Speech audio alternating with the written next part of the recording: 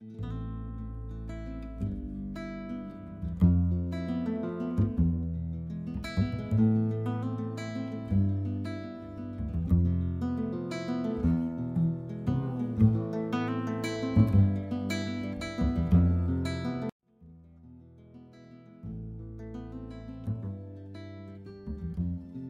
la fin du chapitre 5, que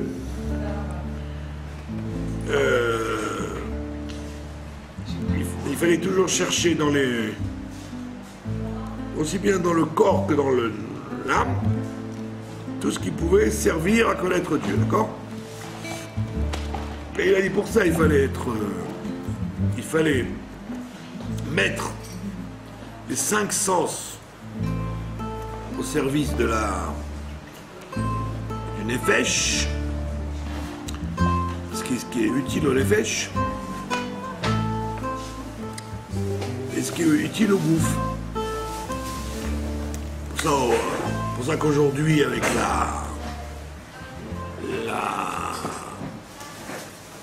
le surplus d'informations que les gens veulent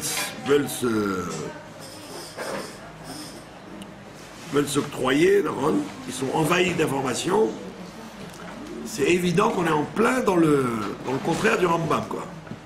Parce que le Rambam, il te dit, toutes les péoulottes, tout ce que tu fais doit te servir à avoir une plus grande connaissance de Dieu, mieux te porter. Ce que tu fais va t'aider à mieux te sentir au niveau de ton gouffre et ton nefesh. Bon, on voit bien qu'aujourd'hui, grâce à ces informations en pagaille que les gens cumulent, ça ne rapporte sûrement pas une meilleure santé ni physique ni mentale. D'accord? Donc il te dit, et c'est pour ça qu'il faut quelquefois relâcher le principe du sérieux, comme on voit dans la Gemara qu'il y avait beaucoup de chachamim qui disaient des blagues, qui profitaient qui disaient des blagues pour être justement de bonne humeur, pour être en forme. ויחשוב שעל זה הצד לא יהיו אלי רעות ולא מעשה הבל. Il dit que, il réfléchira, שעל זה הצד, par ce biais-là, bravo, לא יהיו אלי רעות ולא מעשה הבל, רצוני לומר, עשיית הפיתוחים והציורים בבניינים ובכלים ובבגדים. Donc il va essayer de faire tout pour le mettre en condition d'être de bonne humeur. Donc soit il va aller dans un musée, ou dans un jardin, où il va écouter de la musique qui le rend gai, etc. Donc il doit toujours moduler entre la réalité et la comment on appelle ça, sa réaction. Si la réalité est trop pénible, comme maintenant la guerre, beaucoup de trucs très pénibles, vous êtes obligé de contrebalancer par des blagues et par des choses qui vous font être de bonne humeur. Et voilà, on arrive maintenant à le da. Il dit, sache, chez Zot Madrega, I Madrega Eliona Mehod Vachamura, il dit que ce niveau-là, I Madrega Eliona Mehod Vachamura, c'est un niveau élevé et grave. Lo Yasigua Elameat Miseer Veachar Ergel Gadol. Pour arriver à ce niveau-là de plénitude, d'être toujours de bonne humeur, quelle que soit la situation, il dit c'est pas donné à tout le monde. C'est un niveau très élevé. Il y a très peu de gens qui arrivent à ça. D'arriver à surpasser les conditions dans lesquelles on est soumis. D'accord? Ne crois pas que si tu es, comment on dit, dépassé par les événements, ça veut dire que tu es pas normal. C'est parce qu'en fait, les événements te dépassent. D'accord? On ne peut pas exiger de tout être humain d'être toujours de bonne humeur, quelle que soit la situation dans laquelle il se trouve. C'est un très, très haut niveau. Par contre, et il dit, et ça demande une très grande habitude. Il faut s'habituer sans arrêt à toute situation, à réagir de façon à ne pas être touché ni dans son corps ni dans son âme. Un très grand niveau. Il faut se détacher.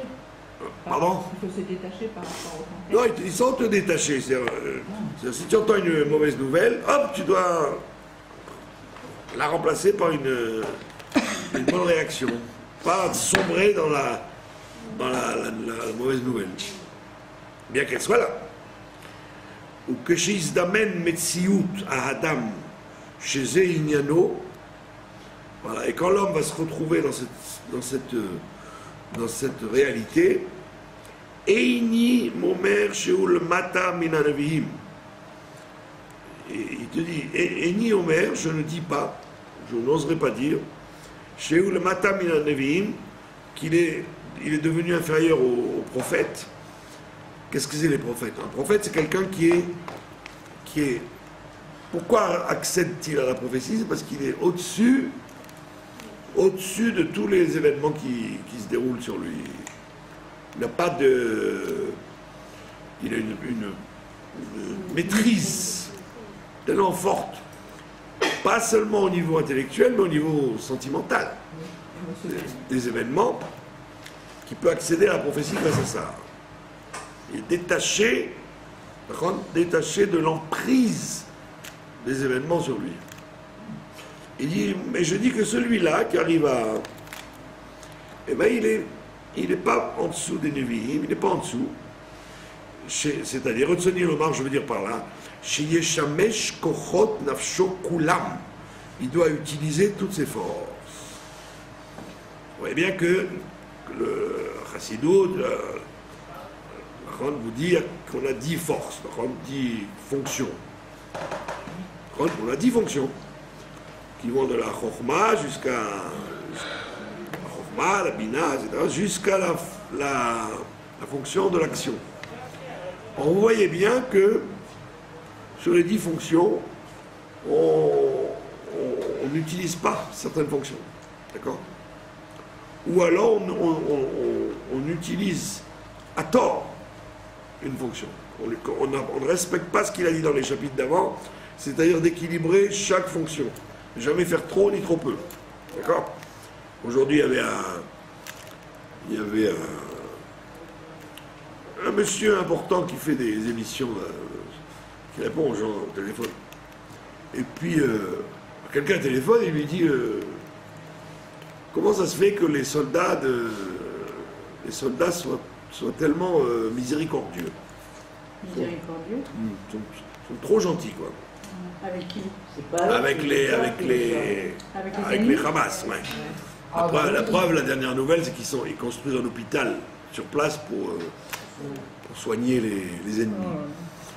Comme si les Américains, ils ont construit des hôpitaux en Allemagne ou au Vietnam pour aller soigner les gens du Viet Cong.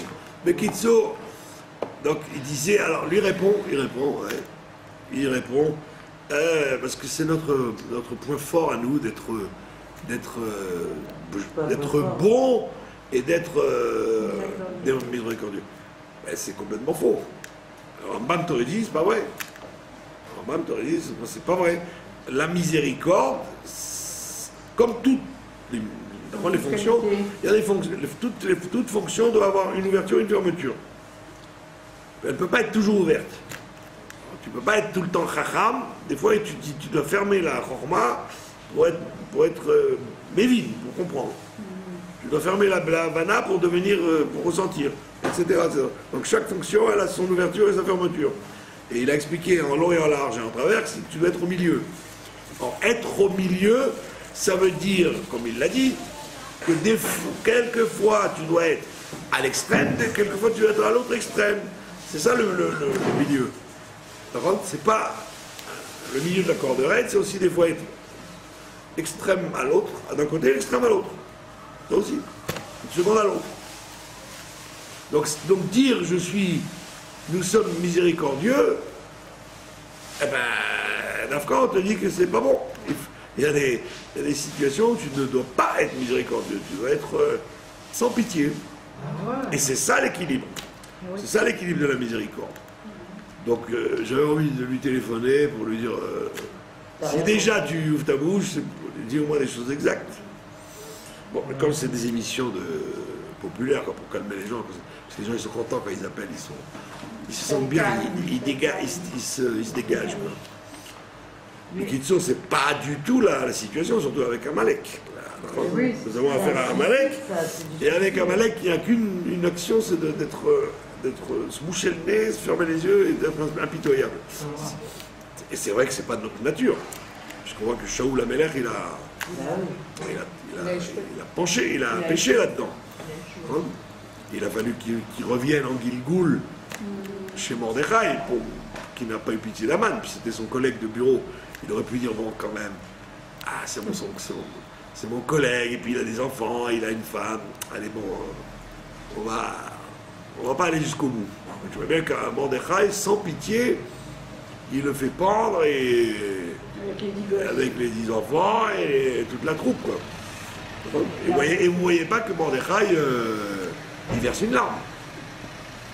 Alors, donc la gauche, elle aurait dit, c'est quoi ce Mordechai? D'ailleurs, ils le disent, d'ailleurs, les gauchistes, ils disent, c'est quoi cette fête des Pourim où on applaudit la mort des gens, nanana, on se moque du Haman, on le pend, oh, c'est pas gentil, et Vashti, ouais, c'est absolument, il faut absolument avoir pitié, même quand c'est pas justifié. On dit dans les pays arabes, les gauchistes, pour comprendre. Vous croyez qu'ils auraient eu l'occasion d'ouvrir la bouche? Des pogroms et tout ça. Ils n'auraient pas l'occasion d'ouvrir la bouche du tout dans les pays arabes. On leur couperait la tête avant qu'ils parlent. Mais c'est les gouvernements qui construisent les hôpitaux, c'est pas les soldats. C'est les enfants gâtés, les gauchistes. C'est le gouvernement. Non, c'est quoi? C'est les soldats qui sont en place qui construisent un hôpital de fortune. Alors on aurait pu dire, écoutez, la guerre c'est la guerre, hein, on n'a pas que ça à faire de faire des... C'est bon qu'ils ont trouvé dans les écoles, ils les ont rendus au travail. C'est absolument pas vrai. Mais avec quoi croyez-vous qu'ils construisent des tunnels? Avec l'électricité que vous payez, qu'ils leur donnent et que vous payez. Ah bon? Est-ce que vous avez déjà vu un tunnel dans l'obscurité? Rien à faire, vous êtes obligé d'avoir la lumière. D'où vient cette lumière? C'est vous, ma chère Simcha, qui payez la facture pour mieux pouvoir vous tuer. Mais ça alors? Vous savez pas que c'est les Israéliens qui leur donnent le béton, l'électricité, l'eau? Pourquoi? Parce que voilà, parce qu'ils sont, comme ils ont peur des goïms du monde, ils ont peur de ce que les goïms vont dire, alors ils ont de l'argent pour acheter des armes. Ils n'ont pas pitié des juifs. Vous avez compris? Mais vous couperont l'électricité à vous si vous ne la payez pas. Hein. Les trucs d'électricité. Mais Kitsu, Rambam te dit que Yeshamesh kochot nafsho kulam. Il doit utiliser toutes les forces de son âme. Et effectivement, c'est pas ce qui se passe. Un individu, au fur et à mesure qu'il vieillit, il devrait monter avec lui et utiliser les petits kochot qu'il a en lui. Au même titre. Vous voyez, comme un berger qui a 10 moutons, il les fait avancer les 10 comme ça, tac, tac, tac, tac, tac, tac. Il ne s'occupe pas d'un et les 9 il les laisse. Il s'occupe des 10 en même temps. Alors vous voyez que quand vous prenez quelqu'un qui a 40 ans, ben, il n'a peut-être jamais utilisé de sa vie sa chorma. Ou sa rigueur. Ou son ode, le fait d'accepter l'autre. Vous voyez bien qu'en fait, vous avez 10 fonctions, mais c'est pas sûr du tout que vous les utilisiez toutes. Et Rambam, il te dit, si tu n'utilises pas Yeshamesh, si tu n'as pas une utilisation des cohortes de l'âme, Kulam, toutes, Veyasim Tachlita, mais qui les utilise au maximum, c'est-à-dire Yediat Hashem, à la connaissance de Dieu, uniquement, Lo Yaaseh Maaseh Katon O Gadol, et il ne fera pas une action petite ou grande, mais Lo Yedaber Davar Ela Shapoal ou que si le poil, le concret qui va sortir de là, O Adavaraou Mevi le Maala, ça l'élève. Si ça ne l'élève pas, il ne doit pas le faire. S'il y a une action qu'il va faire d'une de ses forces qu'il a, elle ne sert pas à l'élever, à le rendre plus grand, c'est que c'est faux. C'est un chemin faux. C'est pour ça que les gens qui sont vendus aux appareils électroniques, là, ils deviennent de plus en plus bêtes, puisqu'ils accumulent des informations, mais pas de la connaissance, pas de la sagesse. Des informations. Et donc on arrive doucement à l'abêtissement de l'humanité. Au lieu que ce soit un kéli d'usage 5 minutes par jour pour savoir le temps qu'il fait, les gens ils vivent de ça, quoi. Comme ma concierge à Paris qui disait « Mais monsieur Marcatz, c'est vrai, ils l'ont dit à la télé. » Ça ne pouvait être que vrai puisqu'ils l'ont dit à la télé, vous voyez. Elle était bête. Donc, alors ça veut dire que c'était le bon Dieu qui a parlé, quoi. C'est vrai, ils l'ont dit à la télé. La même chose, c'est vrai, ils l'ont dit sur Twitter, Twister, je ne sais quoi. Alors que c'est très souvent pas vrai. Et même si c'est vrai, qu'est-ce que ça t'apporte? Tu es devenu meilleur, tu es devenu plus sage, plus serviteur de Dieu. Il y a des gens comme ça, avant de prier, ils sont ça, après prier, ils sont ça, il y en a même pire, pendant qu'ils prient, ils sont Twitter. Alors que vous aurez dit, c'est des trucs pour les toilettes ou les salles d'attente, mais pas plus. Pourquoi? Parce que c'est pas parce que vous avez l'information, si vous ne l'avez pas, le rabbi explique pourquoi on mange de la vache. Pourquoi on mange de la vache et pas de la... Pourquoi alors on mange de la vache? Parce qu'elle rumine. Et pourquoi elle rumine? Elle rumine parce que quand elle mange de l'herbe, c'est un secret que la Chassidoute dévoile sur quelque chose qui est un roc. Le roc du ruminant. Quand elle mange de l'herbe, elle le digère et elle rumine, elle remonte et elle remâche. C'est pour ça qu'on a le droit de manger de la vache. On mange des ruminants à cause de ça, parce qu'ils mâchent, ils avalent, et ils remontent, et ils remâchent. Ça veut dire que quand tu as une information, tu dois la ruminer, la remonter, dire, elle me sert à quoi dans mon service de Dieu? Être plus gentil, rendre plus grand, plus m'empêche de devenir sénile, mais j'ai évité l'Alzheimer avec cet engin-là. D'accord? Donc en fait, on voit bien que les gens, au Hachem, ne réfléchissent absolument pas à ce qu'il dit le Rambam, que chaque action doit t'amener à devenir plus grand. Oh, le mâche me vit el amala, והוא יחשוב, יסתכל בכל פועל ותנועה ויראה אם יביא אל התכלית ההיא. Il doit savoir si cette action qu'il fait va l'amener à cette raison d'être, c'est-à-dire de devenir plus grand et de se rapprocher de la prophétie. Oh, lo yavi. Et si ça ne l'amène pas, Asia c'est où? Si ça l'amène, il le fait, sinon il ne le fait pas. C'est-à-dire qu'il a un barrage, il a une barrière dans tout ce qu'il fait. Il ne va pas dire, tu veux un sandwich? Oui. Eh ben non, il ne doit pas dire oui. Il doit dire, attends, est-ce que j'ai besoin de manger maintenant? Michlal. Si je ne vais pas trouver de magasin ouvert, peut-être je vais prendre le sandwich, je le mangerai plus tard. Vous allez dire, mais il est fou, quoi. Tu réfléchis à tout ça? Oui, oui, monsieur. Tu veux un verre d'eau? Je ne sais pas, je vais réfléchir. Alors que la plupart des gens, c'est tu veux ça? Oui. Ou tu veux ça? Non. Mais non quoi? Non, oui, oui, non, oui quoi? Est-ce que ça va être dans ton grand programme de t'élever, ça va te servir ou pas? Par contre, pas comme les petits-enfants, ils disent Stam. Pourquoi tu as fait Stam? Il n'y a pas de Stam. Tu dois faire pour une raison qui t'élève à devenir grand ou tu ne dois pas faire. Et pas te perdre dans les emtsaïm, les moyens de. וזהו אשר ביקש ממנו יתברך שנכוון אליו.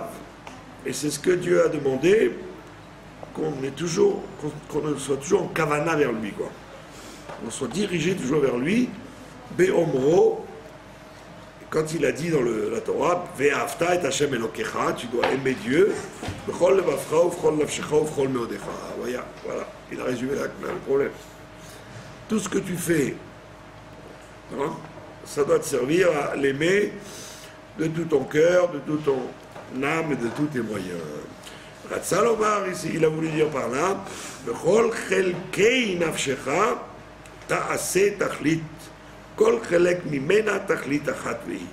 Dans toutes les parties de ton âme, tu dois arriver à ce tachlit, à cette raison d'être, tachlit achat, qui est une raison fondamentale, qui est les avat Hashem itbarech, à aimer plus Dieu. D'accord? Donc c'est vrai que, par exemple, vous voyez une situation de guerre, etc. Est-ce que ça va t'amener à plus aimer Dieu? Peut-être pas. Tu vas accumuler une rancune en disant eh oh, c'est nous, le peuple de Dieu, on se fait maltraiter dans le monde entier, nanana, nanana, nanana. Donc il faut savoir comment gérer une chose pour en arriver à aimer Dieu et pas le haïr.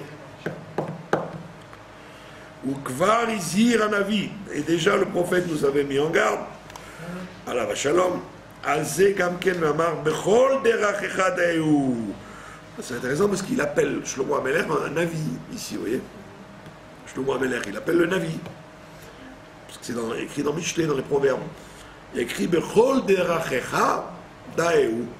Dans tout ce que tu feras, tu dois connaître Dieu. D'accord?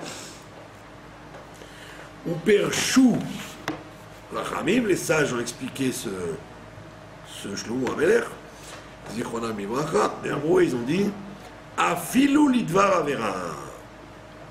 D'accord? Afilou lidvar avera, comme il a dit, comme on dit sur Eliyahu Hanavi, quand il était sur le Carmel, d'accord? Il était sur le mont Carmel, donc il a fait le contraire de ce que la Torah a demandé, puisque la Torah a interdit d'offrir un sacrifice ailleurs qu'à Jérusalem. Qui est là? Ouais, alors lui, il est parti là-bas, à Haïfa, sur le mont Carmel, pour offrir contre les prophètes de Baal. Il y a la grotte là-bas? Je sais pas si... Il n'y a pas de photo de l'époque. Hein. Il y a une grotte, il appelle la grotte des Non, là, c'est la grotte où il s'est sauvé, c'est autre chose. Qu'est-ce qu'il a été porté à Haïfa? Le roi Ahab, il avait interdit d'aller prier à Jérusalem. Donc ils étaient là-bas, ils avaient le dieu de Baal. Et il faisait Avodah Zarah là-bas. Et lui, Eliyahu Hanavi, sachant qu'il ne viendrait pas à Jérusalem pour se mesurer à lui, il a dit, je vais y aller, moi je vais aller là-bas. Donc il a fait en fait une avéra, puisqu'il a transgressé ce que la Torah dit de ne plus rien faire en dehors de Jérusalem après le Beth Amikdash. On était au temps du Beth Amikdash. D'accord? Mais il a donc utilisé une avéra pour faire une mitzvah de contrer les prophètes de Baal, les prêtres de Baal. D'accord? Donc il te dit même, Afilu Itvar Avera, Retson Olomar, c'est-à-dire, Shetasim la Poal Aou Tachlit. Vei Emet, tout ce que tu dois faire, c'est pouvoir arriver au Emet.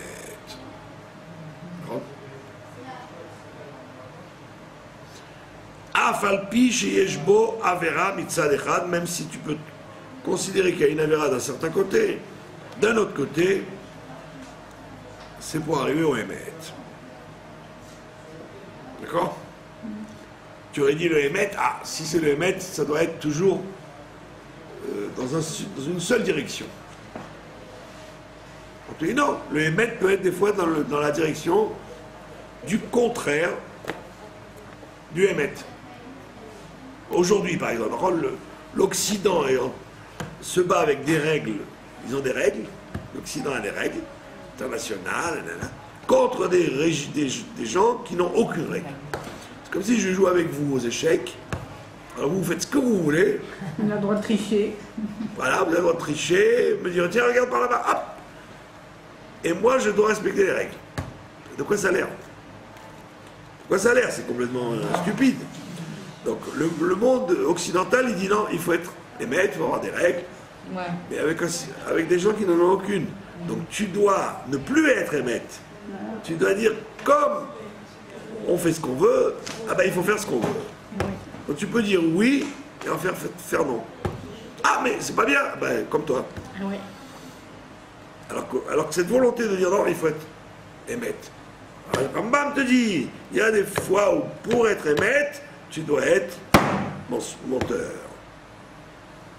C'est fou. Mais on le voit clair aujourd'hui. Qu'est-ce que tu veux respecter des règles de vérité, que blanc c'est blanc, noir c'est noir, un mot est un mot, avec des gens pour qui rien n'a aucune stabilité plus de 5 minutes, d'accord? Donc avant qu'ils se réveillent, l'Occident, le monde se réveille, bon, il peut en mourir des gens, on peut faire des catastrophes partout. C'est dur, parce qu'un esprit humain, en général, il dit, bah, il faut être, c'est le Hémet qui sauve les choses. Mais on dit non, des fois c'est le Sheker qui sauve les choses. Il y a des, comme en France, il y avait ce qu'on appelait l'article 16 de la Constitution, qui donne plein pouvoir au président de déclencher la guerre, d'annuler le Sénat, qu'il n'y a plus de République. C'est moi qui décide tout. L'article 16, ça s'appelle. Alors évidemment, les gens disent c'est un truc à manipuler avec beaucoup de doigté, mais ça a eu lieu, l'article 16.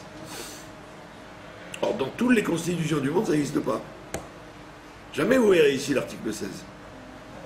On dit non, mais fais attention, mais non, il ne faut plus faire attention. Comme tu as affaire à des hors-la-loi, tu dois aussi être hors-la-loi. Pour équilibrer la chose. C'est dur à comprendre, mais aujourd'hui, on comprend parfaitement que ça existe. Vous voyez bien dans le Tanakh, que les rois d'Israël ou les juges, ils se sont pas gênés pour faire des ruses avec l'ennemi. Alors vous auriez dit, ah, c'est honteux. Ils ont utilisé des ruses, alors qu'ils devraient être rois. Alors, David Améler, il te dit, si tu es rusé avec moi, je serai rusé avec toi. Dans le Pérec Youtret. Mais seulement, les gens, ils réfléchissent avec un métro de retard. Et voilà, Rambam te dit que pour mettre le Hémet en vigueur, Eliyahu Hanavi, c'est pas gêné de faire le contraire de ce que la Torah dit, d'aller à Haïfa ou de rester à Jérusalem. Sinon, ça va être pire. Si tu n'utilises pas pour gagner le Hémet, un système qui n'est pas le Hémet, ça va être pire. Ou Kva Kalelu Achachamim. Et les Chachamim, ils ont englobé ce principe-là, Zichronam Livracha. Zéaïnian, Kulo Biktsara, Bemilot, Muatot. Ils ont dit ça en raccourci, comme on dit Bekitsur, Morot al ze Aïnyan Ora Shlema Meod. Et ils en ont fait un enseignement parfait, ce qu'on appelle comment on appelle ça, Ora'at Sha'a. On appelle ça Ora'at Sha'a. L'ordre du moment. L'article 16. L'ordre du moment. On voit que, par exemple, certaines périodes ont tué des gens sans beddine pour empêcher la pagaille. Arbitrairement, on attrapait des gens et on les mettait à mort. Alors aujourd'hui, vous auriez une réunion, une commission d'enquête, comment vous avez fait, nanana, nanana. Mais, donc ça veut dire qu'il n'y a on est en aucun... danger quand même, hein. Pardon? On est quand même en danger pendant la guerre, en vérité. Ben justement, alors, Ouais. pour éviter de faire la guerre, il faut des fois faire des choses un peu cruelles pour arriver à éviter de faire des choses très cruelles. עד שאתה תבחן המילות איך סיפרו זה העניין הגדול והעצום כולו, אשר חיברו בו חיבורים ולא השלימוהו, תדע שנאמר בכוח אלוקים, בלא ספק.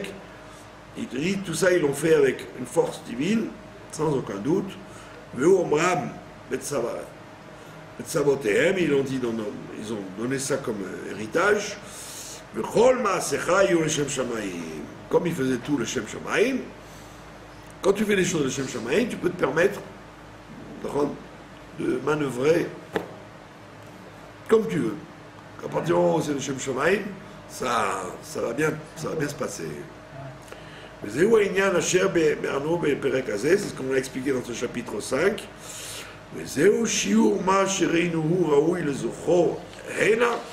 Et ce que nous avons vu, il est bien de s'en souvenir, le Fizot Agdama, d'après ce qu'on a, de ce préambule qu'on a fait dans le Pérec 5.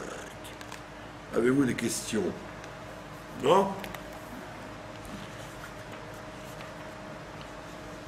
D'accord? Alors, évidemment, quand pourquoi les Shem Shamaim? Ils l'ont jamais fait pour essayer d'avoir raison, pour se monter, ou pour devenir des dictateurs, ou des... Le Shem Shamaim, donc ils ont... Donc, comme c'était pur chez eux, donc c'est bien passé. Ça n'est pas une mauvaise intention. Ah oui. Soit de s'imposer comme dictateur, ou soit...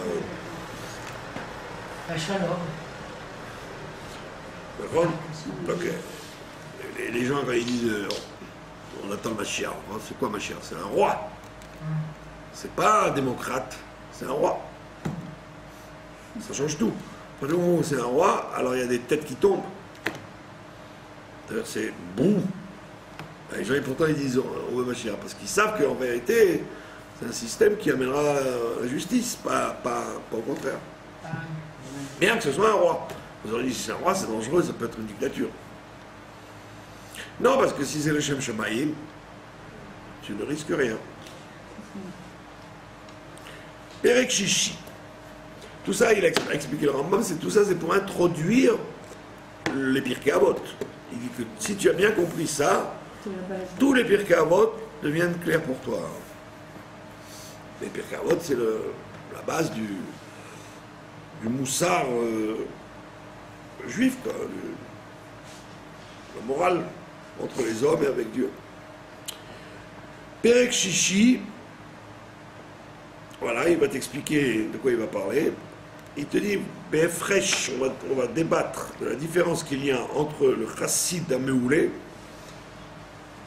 celui qui est un pieux de très haut niveau, ou ben la kovesh et titzro, et celui qui est pas plus qu'un kovesh et titzro, quelqu'un qui est pas du tout chassid, qui est quelqu'un qui se bat avec lui-même pour gagner son yetzer. Un Moshel Benafsho est quelqu'un qui domine son âme. D'accord? Amrou, philosophim, Quand il dit les philosophie, quand on dit à cette époque-là, les philosophie, ça veut dire les savants. Pas les philosophes au niveau des gens qui manipulent des idées. Les savants, parce qu'à l'époque, ils étaient en même temps docteurs, docteurs de la loi, docteurs de la médecine, docteurs de l'astronomie, la mathématique, l'économie. C'était des savants qui englobaient toute la science de l'époque. Alors ils ont dit les philosophies, les savants. Qu'est-ce qu'ils ont dit? Chez Amoshel Benafsho, que quelqu'un qui domine son âme, son caractère, Afalpi, chez Osea Maasim Atovim Vachashuvim, même s'il arrive à faire des bonnes choses et des choses très importantes, ou Oseotam, il les fait, Veu mitave à la peulot araot, et malgré tout, il fait des bonnes choses, mais en vérité, il aurait bien voulu faire des mauvaises choses. C'est ce qu'on appelle dans le Tanya le Benoni. C'est quelqu'un qui domine, c'est-à-dire il fait tout pour ne faire que du bien, mais en vérité, au fond de lui, il est pourri. Et il n'aurait pas envie de faire. Il aurait envie de faire tout le contraire de ce qu'il fait. Enfin, quand même, il fait. Donc il est Moshel, donc il domine son nefesh. Mais en fait, c'est pas lui. Son moi, ce serait d'être un criminel ou un. Mais qu'est-ce que ça fait de lui, ces bonnes choses? Pardon? Qu'est-ce que ça fait de lui, ces bonnes choses? Parce qu'il ne veut pas abîmer le monde, alors il fait des bonnes choses. Hein? Non, ça ne transforme pas. Pas forcément. C'est ce que le Tanya vous dit, que tu peux toute ta vie te battre. Pour être en étant Benoni, tu ne viendras pas pour autant être sadique à la fin de ta vie. Tu resteras pourri à l'intérieur. Même si on Mais dans l'extérieur, tu n'auras fait que du bien. Ça sera un tout petit peu mashpia, mais c'est pas sur la maout. Ça ne changera pas l'être profond. Ouais, mais זה מתקן אותו, זה תיקון. מתקן את עצמו. מה זה את עצמו? לא את עצמו, הוא מתקן... את הנפש שלו. לא, il מתקן מחשבה, דיבור, מעשה. הנשמה שלו. Il arrange la pensée, la parole et l'action, mais il n'arrange pas l'intérieur restera le même. כי הנשמה שלו ככה היא... מה לעשות? Eh ben, on n'a pas dit qu'il fallait se pleurer. On a dit c'est comme ça. Il te dit voilà Claire. Pardon? Moi par exemple, j'ai envie de tuer des milliers de gens. Vous me donneriez une Kalachnikov, mais je réglerais beaucoup de problèmes. Mais je ne le fais pas parce que ça se fait pas. On fait pas ce qu'on veut, on fait ce qu'on doit. Mais pour le Texas, hein, Ben oui, mais des fois vous aimeriez être au Texas. ah ouais, Ah ouais. Bon, il y a des gens, vous diriez, tac, je le liquide, On en parle. Nigma Asipour. à Los Angeles, ça m'irait bien. Et pourtant, vous le faites pas. Pourquoi? Parce que vous dites, non, la Torah ne veut pas, on est venu pour réparer, pas pour abîmer, nanana, nanana. Mais si ça vous effleure dans votre cerveau, même 3 secondes, c'est que vous n'êtes pas bon au fond. Vous êtes. Mais l'homme en général, il est quand même, il a toujours une partie en lui qui est pas bonne. Non? C'est pas une partie, il te dit c'est lui-même. C'est son vrai fond. Il te dit Rambam, Claire, regardez le texte au lieu de philosopher. Il te dit quelqu'un peut faire des choses de Maasim Tovim Vechashuvim, des choses bonnes et importantes. Ou Oseotam, il les fait. Veu mitave, mais en vérité il désirait El Apeolot Araot, faire des mauvaises choses. Alors, le contraire. Hein? Il mange son choulent latte et il dit oh là là, si ça pouvait être du jambon beurre. Mais malheureusement, je suis obligé de manger ça au lieu de manger ça. Donc c'est un très grand niveau. Le jambon bas. Parce qu'il est, volonté. il se bat contre sa schizophrénie.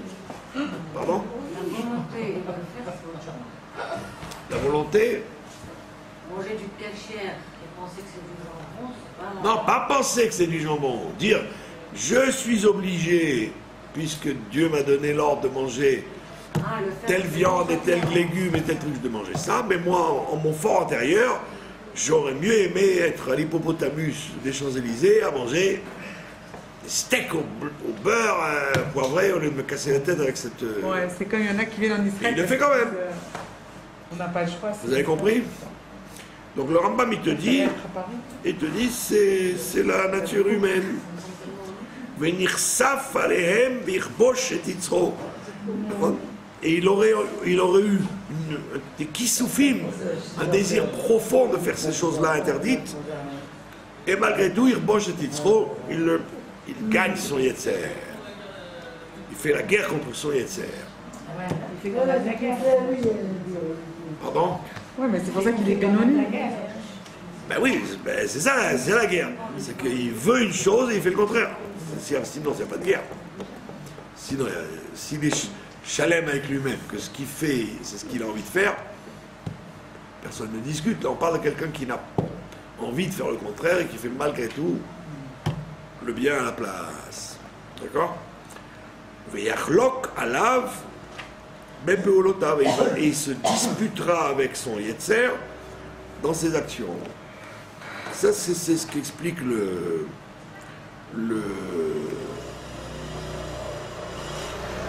l'histoire de Yaakov et Esav. Esav, en réalité, il était fait pour ça. Esav. Il n'était pas fait pour être méchant. Quand on dit que dans le ventre de sa mère, il voulait sortir pour aller au Avodazara, tu lui dis, ben voilà, alors s'il déjà dans le ventre de sa mère, qu'est-ce qu'on lui reproche d'être un rachat?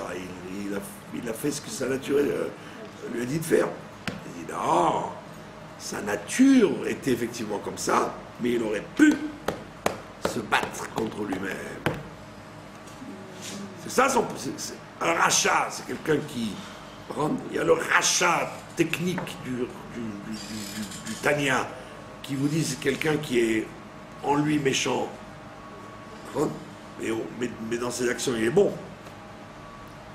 Mais un rachat après la halakha, c'est quelqu'un qui fait du mal, pas quelqu'un qui est mauvais à l'intérieur. C'est quelqu'un qui est mauvais extérieurement. J'en ai rien à faire que vous soyez pourri à l'intérieur. C'est pas de votre faute. Vous êtes né comme ça et vous ne pouvez rien faire. C'est le fait que vous, concrètement, vous laissiez faire votre Yetzer, c'est ça qui rend quelqu'un rachat. Donc on s'en fiche que dans le scanner du Tanya, tu as fait le scanner, tu dis c'est un rachat. Oui, il est à l'intérieur, il est rachat, mais on s'en fiche.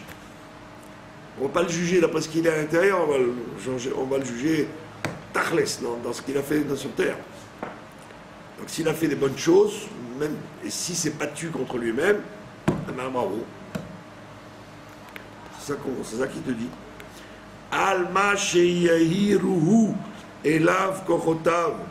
Il aurait voulu, il se battra contre ce que aurait réveillé ses pulsions, le ta'avato et son désir, ou trunat nafsho et la nature de son âme. Il va à l'encontre de ça. Veyase atovot, et au contraire, il va faire des bonnes choses. Donc c'est ça qu'on reproche à Esav, c'est qu'il aurait pu,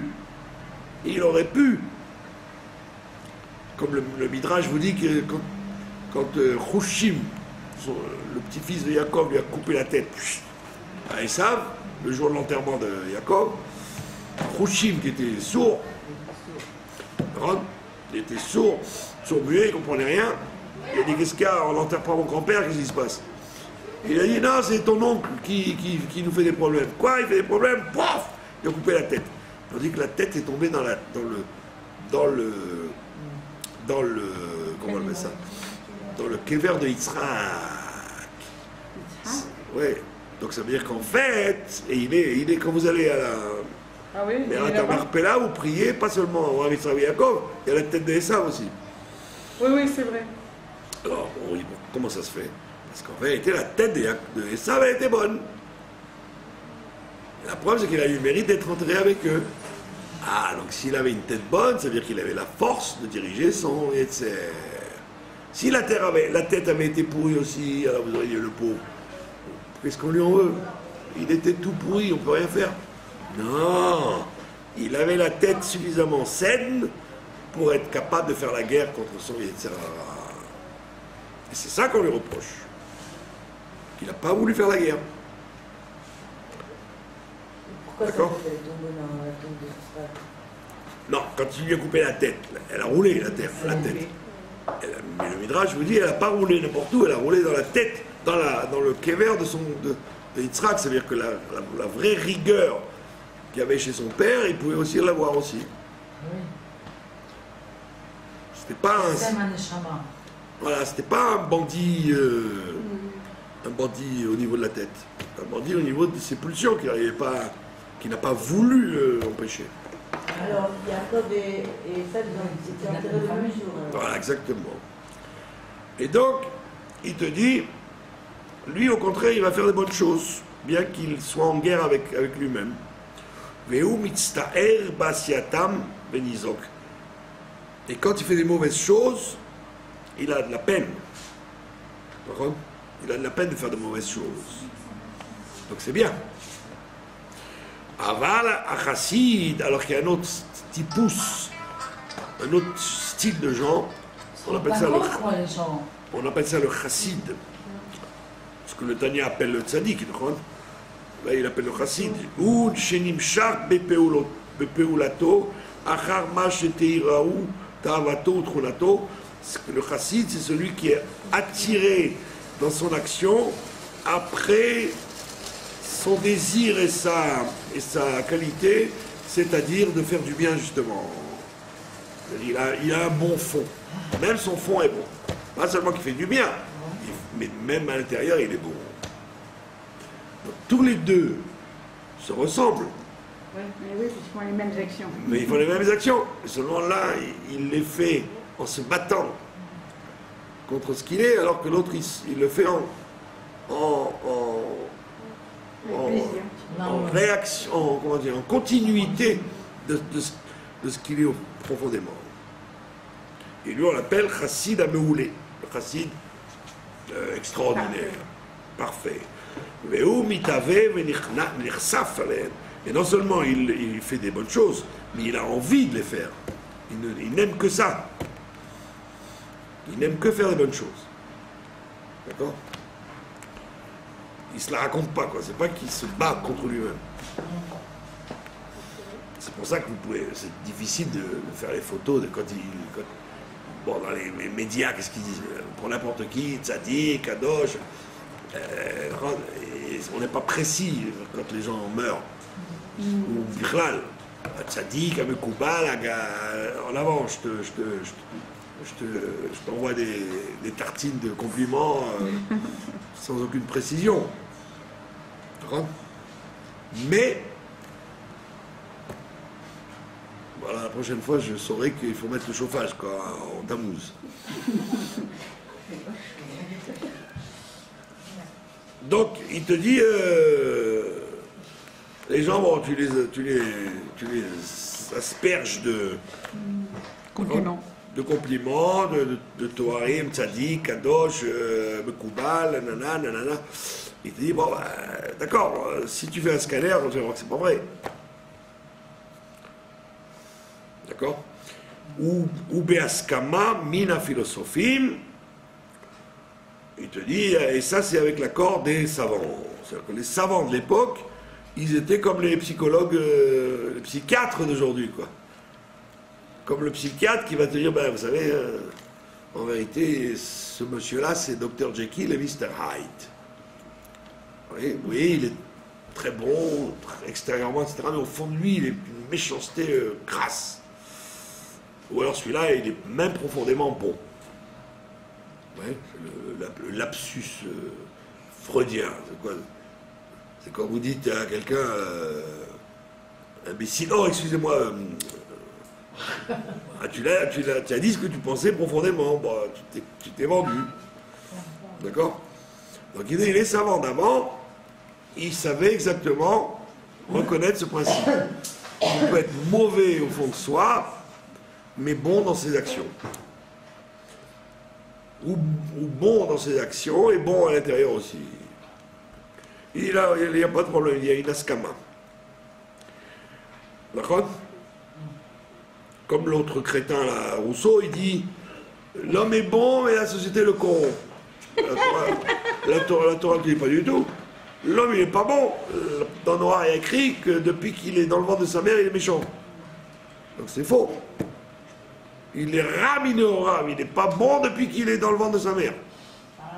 C'est l'humanité, à part quelques tzadikim dont on parle ici, du chassid, l'humanité entière, les fêtes de gens mauvais.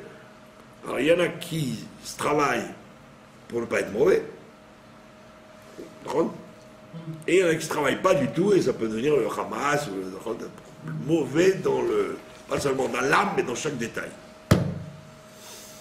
Donc c'est faux de dire l'homme est bon, c'est la société qui le corrompt. Ouais, c'est comme j'allais dire un gros mot, les gauchistes.